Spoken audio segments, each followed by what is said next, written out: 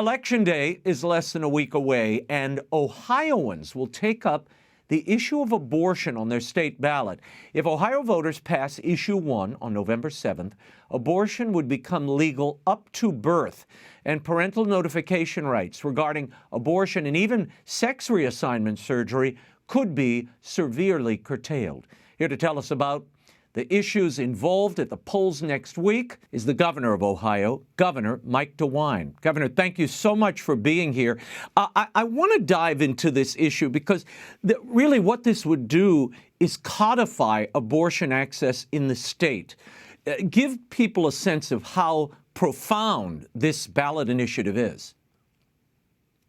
You're absolutely right. This is a radical amendment. First of all, it would go in the Ohio Constitution, so it would become a constitutional right.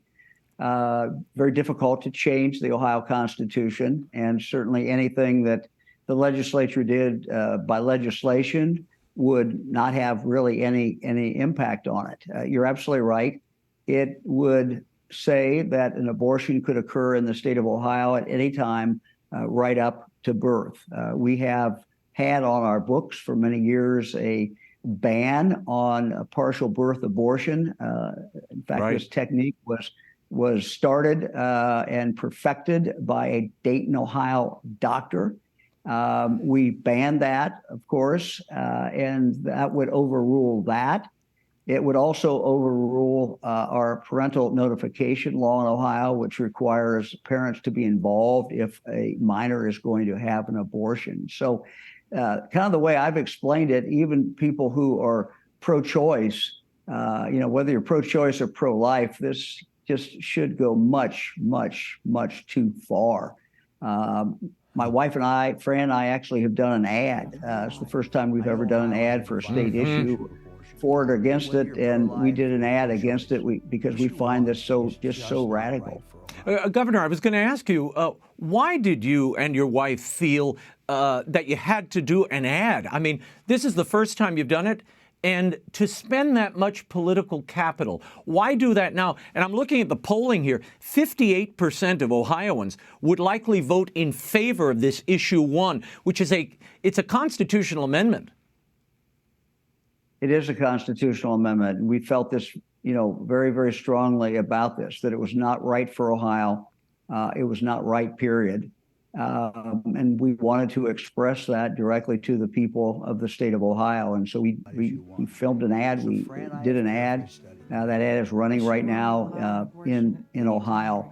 The poll that you're referencing, certainly that poll was published. We think the race is a lot closer than that. We did a poll about 10 days ago.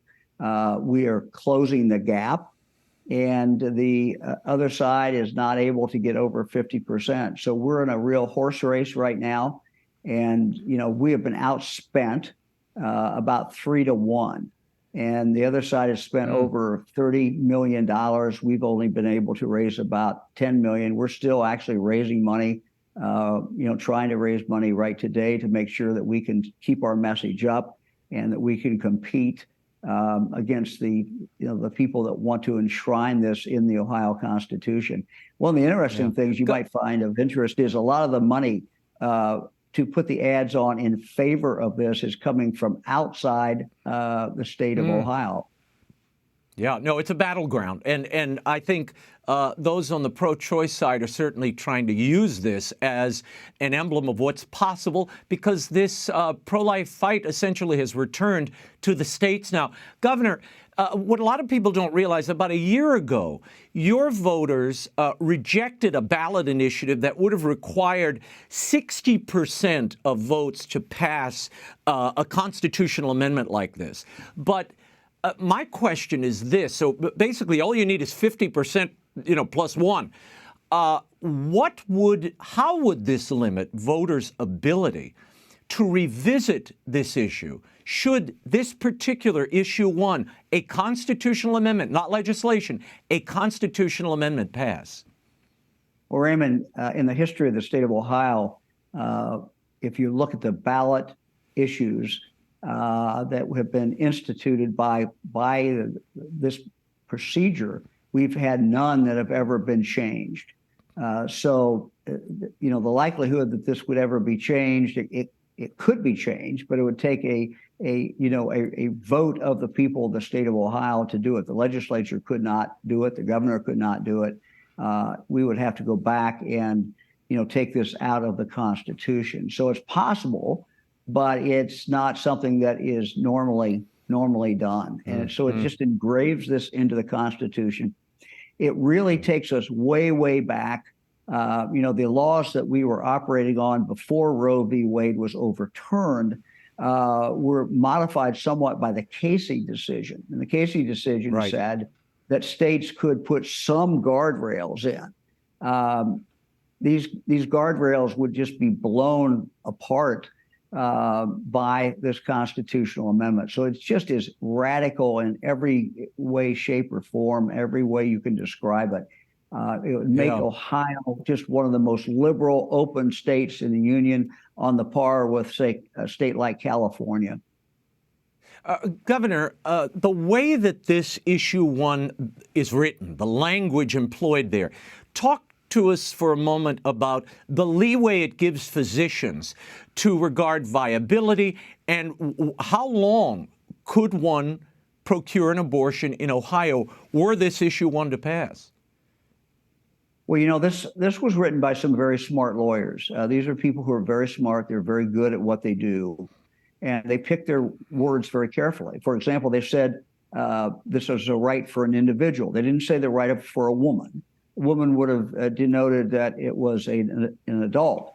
They said for an individual, which means it is a right for a minor as well, which is one of the reasons why we believe clearly that it would overturn our parental notification.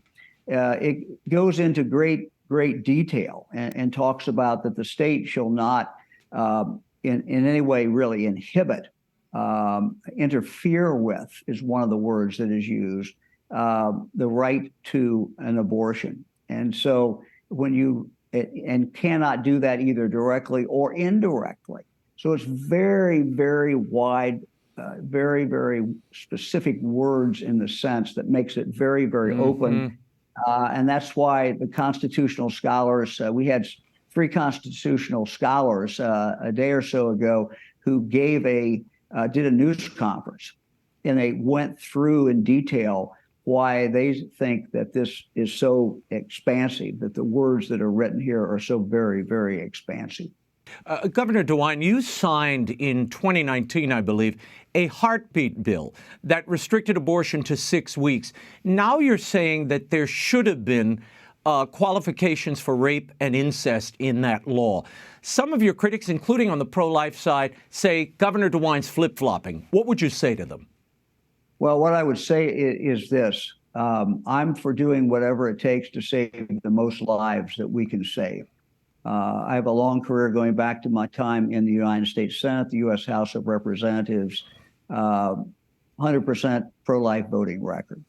But it became abundantly clear after the Roe v. Wade was overturned, very, very clear, that 80 to 90% of Ohioans, even if they were pro-life, believe that there should be an exception for rape and incest. So I think we need to go back. If we can defeat this, then we'll have the ability to shape something that the majority of Ohioans can at least feel comfortable about, and that we can make permanent and have some stability in regard to that. If, on the other hand, this is passed, this radical amendment, then I'm afraid that the debate is ended. So one way the debate continues, and we can fine-tune these things and do the best we can do. But the other way, this thing is basically over with, and we're stuck with a very, very open and very, very liberal amendment in our Constitution.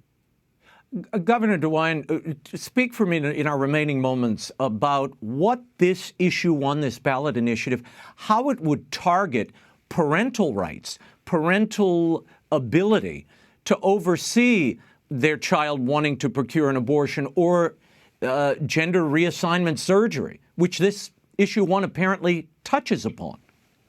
Well, let's go back to the basics, and the basics are that this was written by the same people that have written the laws and trying in other states to be very, very open. They know exactly what they were doing. They're very smart lawyers. If they would have wanted to exclude minors from this, they would have said so. They would have said woman. They instead used the term individual. And so they were very, very specific. And if you read all the language, this is a right that will now go to this individual, and including a minor, and anything that gets in the way of that person exercising their, quote, right to an abortion, which is what it would become based on the Constitution, that will fall away and it will not be valid. So it's just is very, very liberal, open abortion at any point during the pregnancy with no parental notification. That's exactly what we're going to end up with. And it's very mindful. They knew exactly what they were doing when they wrote it. Governor DeWine, tell me what's motivating you on a personal level. And our audience should know you're the father of 8, you're the grandfather of 27 grandchildren. Is that part of what has drawn you so dramatically into this particular debate? Well, I think that, seeing children born, seeing young babies, but this is something that I feel, and my wife feels very, very strongly about. We have an obligation, I believe, to protect human life. And, that is something that, it drives me. Frankly, it drove me through the pandemic when we were doing everything in our power to try to protect elderly, try to protect people who had medical problems from death of COVID. So I think I'm consistent in regard to this. Let's protect human life. We have an obligation to protect the most vulnerable among us, and certainly that includes those who are not yet born yet.